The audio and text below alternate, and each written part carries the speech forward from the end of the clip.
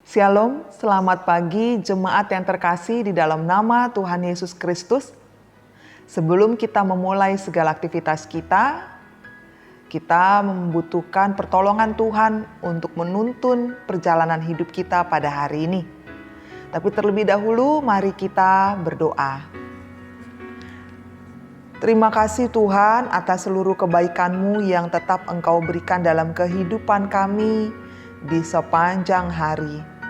Engkau telah memberkati akan kehidupan keluarga kami, memberkati pekerjaan kami dan pelayanan kami.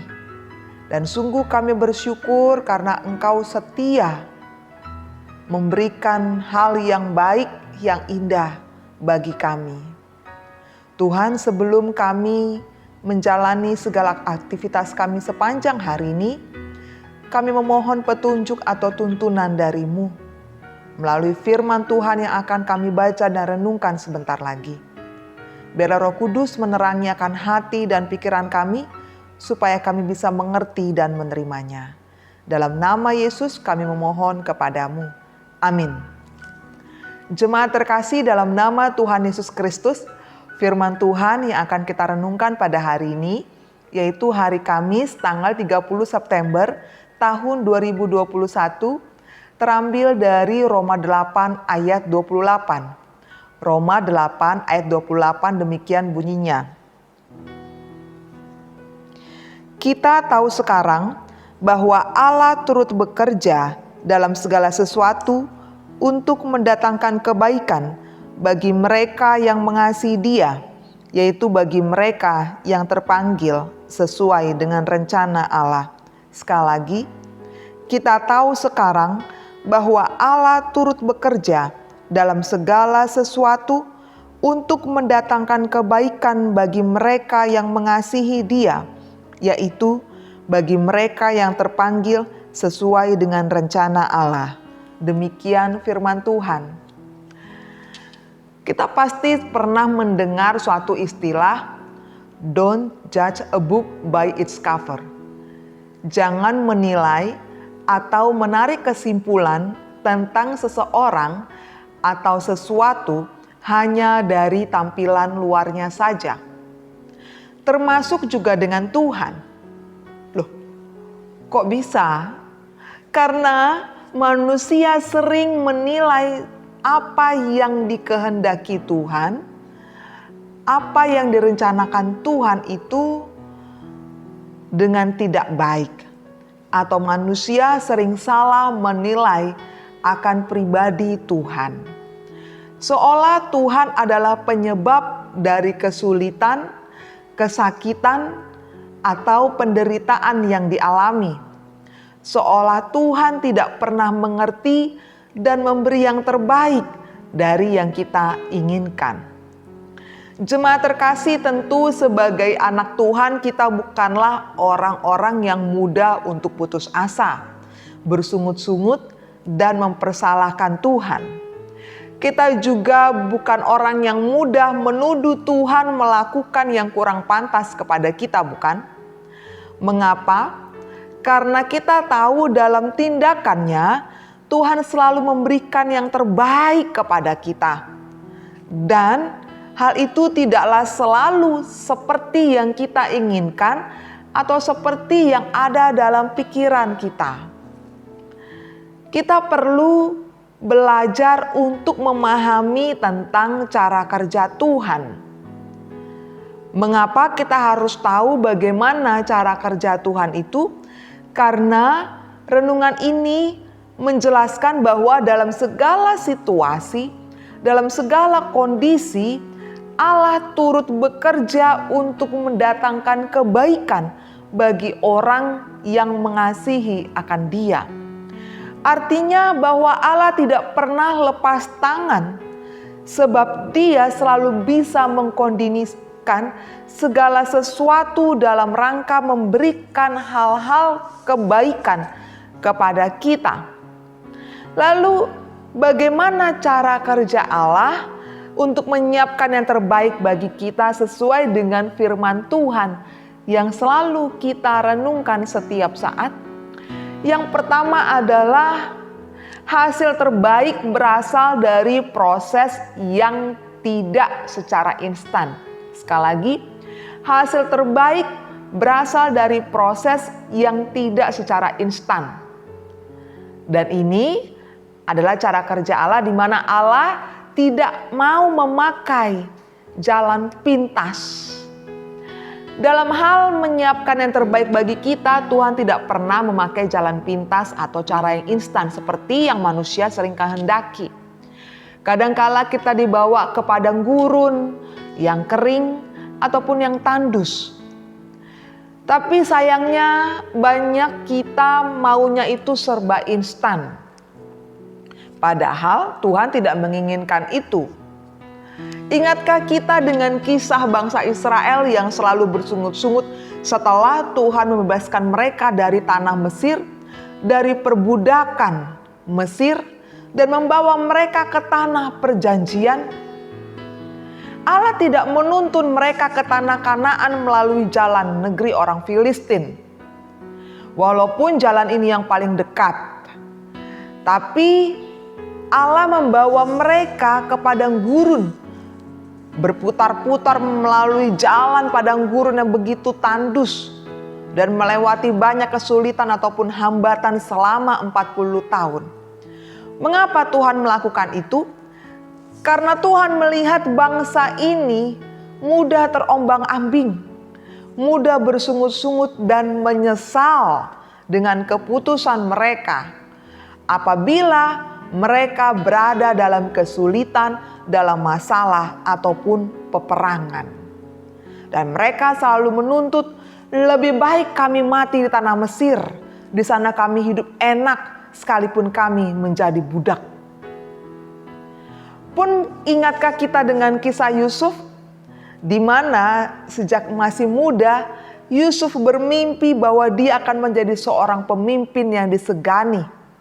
Tetapi untuk menjadi kenyataan mimpinya itu, ia harus menjalani sebuah proses yang begitu menyakitkan dan panjang. Dia harus dibuang ke sumur tua dan dijual menjadi budak oleh saudara-saudaranya sendiri. Jauh dari ayahnya, dia harus hidup di penjara. Tapi pada akhirnya karena kesetiaannya, karena komitmennya, karena takut akan Tuhan, ia dijadikan Tuhan sebagai petinggi di Mesir, kepercayaan Raja Firaun. Jadi dari dua kisah ini kita bisa lihat bahwa bagi Allah proses lebih penting daripada jawaban doa kita yang inginnya tentunya instan. Tuhan mau agar kita itu mampu di dalam menjalani kesulitan ataupun hambatan hidup ini. Tuhan mau kita berproses. Tuhan mau kita benar-benar belajar dengan sungguh-sungguh dalam waktu yang tidak instan, dalam pengorbanan yang tidak sedikit.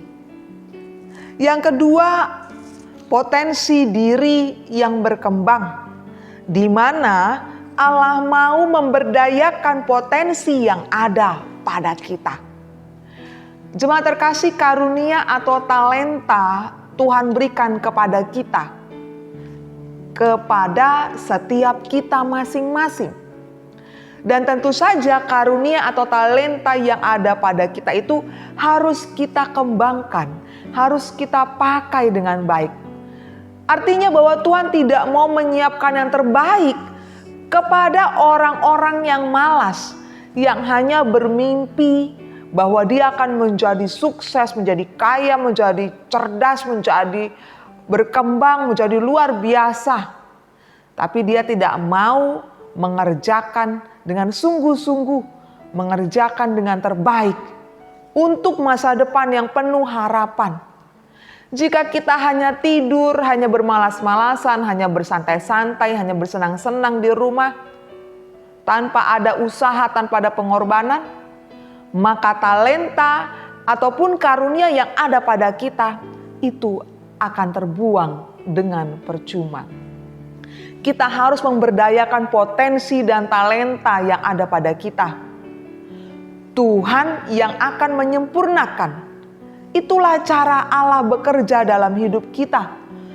Dia tidak memberi kita uang tunai, tapi Dia memberi talenta dan kemampuan kita untuk berkembang, untuk berusaha, sehingga itu menghasilkan akan materi yang cukup untuk kebutuhan kita. Kita semua memiliki potensi, memiliki talenta atau karunia. Ada yang 5, ada yang 2, ada yang 1. Sebagaimana yang tertulis dalam Matius 25 ayat 1 sampai dengan 30. Tapi bagi mereka yang tidak mengembangkan potensi ataupun karunia ataupun talenta yang diberikan Tuhan, maka itu akan diambil daripadanya. Jemaat terkasih, Allah tidak pernah merancangkan hal-hal yang jahat atau menginginkan rancangan kecelakaan bagi kita. Sebaliknya, Allah selalu menginginkan hal-hal yang terbaik kepada kita sebagai umatnya. Dalam 1 Korintus 2 ayat 9 dikatakan, apa yang tidak pernah dilihat oleh mata dan tidak pernah didengar oleh telinga dan yang tidak pernah timbul dalam hati manusia, semua yang disediakan Allah untuk mereka yang mengasihi Dia. Jadi sesulit apapun masalah atau hambatan yang kita hadapi, jangan kita mempersalahkan Tuhan. Jangan kita mengatakan bahwa Dia tidak pernah bekerja ataupun tidak peduli dengan kita. Tapi Dia selalu ada untuk kita. Terimalah prosesnya, nikmatilah, dan terus berdayakan potensi talenta karunia yang telah Tuhan berikan kepada kita dengan sungguh-sungguh, karena Dia selalu bekerja dalam kehidupan kita. Dia selalu baik dan Dia selalu memberi yang terbaik kepada kita. Amin. Mari kita berdoa. Kami sungguh bersyukur kepadamu Tuhan atas firman-Mu yang telah kami terima pada pagi hari ini. Sebagai anak-anak-Mu kami percaya bahwa Engkau selalu baik. Engkau selalu memberikan yang terbaik pula dalam kehidupan kami. Karena itu Tuhan, jalan yang berliku, kesulitan yang harus kami hadapi, tantangan, hambatan yang ada di hadapan kami, yang membuat kami harus begitu banyak berkorban, harus berproses dengan sulit, dengan air mata, dengan peluh, dengan kesakitan. Biarlah kami dapat menjalaninya dengan baik, dengan taat, dengan percaya kepadamu. Tuhan selalu bekerja dalam kehidupan kami. Begitu banyak timbal balik yang kami terima dari-Mu Tuhan. Kesabaran, kesetiaan, berkat, damai sejahtera, sukacita, kesehatan begitu banyak Tuhan. Dan itu adalah sesuatu yang kami nikmati setiap saat. Selalu kami lihat pula kebaikan-kebaikan Tuhan. Karena itu Tuhan, dalam hidup kami ini, kami percayakan kepadamu. Kami mau untuk selalu mengasihi-Mu. Kami mau untuk selalu percaya kepadamu. Bahwa bukan dengan cara yang instan, tapi dengan proses yang dapat menghasilkan yang terbaik.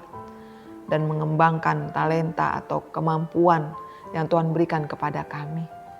Supaya disitulah kami melihat bahwa Tuhan bekerja dalam setiap kehidupan kami.